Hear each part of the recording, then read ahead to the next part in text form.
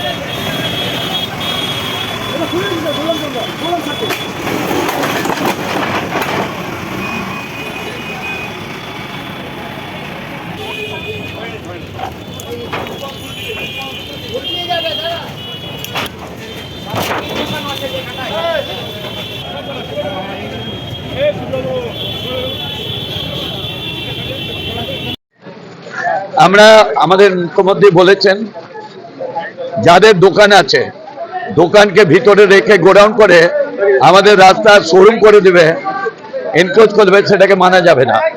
আমরা সেই মতো সিদ্ধান্ত নিয়েছিলাম, আমাদের জেলা সমর্থ একটা মিটিং ডেকেছে, সিদ্ধান্ত যদি এরকম আনঅথরাইজড দোকান থাকে আমরা সব ভেঙে দিয়ে উড়িয়ে দেবো, রাস্তা চড়া করবো মানুষের জন্য। আমাদের এমনি শহর ডেন্স পপুলেশন, এত গাড়ি এত মানুষ হয়ে গেছে, চলাচল জায়গা যায় না। প্রায় 15-3 লক্ষ লোক থাকে আর প্রায় 2 লক্ষ লোক প্রতিদিন আসে। এর জন্য আমাদের রাস্তা চড়া করতে হবে, সুন্দর করতে হবে সবকিছু। পৌরসভা সব রকম নগর পরিষেবা দিতে বদ্ধপরিকর, কিন্তু যারা এনক্রোচ করে রাখছে নিজের দোকান থেকে তাদের সঙ্গে আমাদের কোনো কম্প্রোমাইজ নাই। আজকে গোটা অ্যাডমিনিস্ট্রেশন, এসডিও আছেন, আমাদের পুলিশ আছেন, আমাদের ডিএসপি আছেন, আদার্স অফিসার আরটিও আছেন, সবাই আছে, সবাই মিলে নেমেছি। আমরা মেনলি যেটা একদমই ইনক্রোচ হয়ে আছে রাস্তাঘাট, অনেকবার ওয়ার্নিং দিয়েছি, সেটা আমরা এখন আপাতত ক্লিয়ার করছি। হকার্সকেও আমরা ওয়ার্নিং দিচ্ছি, হকার্সকে একটা সময় দেওয়া আছে, সময়ের মধ্যে না থাকলে হকার্সকে আমরা ব্যবস্থা নিচ্ছি। অলমোস্ট আপনারা দেখেইছেন, ভালো এনক্রোচমেন্ট হয়েছে, ভালোই হয়েছে। দমকল ঢুকতে পারবে কি বাজারগুলোর? হ্যাঁ, এটা অবস্থা আছে, আমরা চেষ্টা করছি যাতে এমার্জেন্সি সার্ভিসটা ঢুকতে পারে।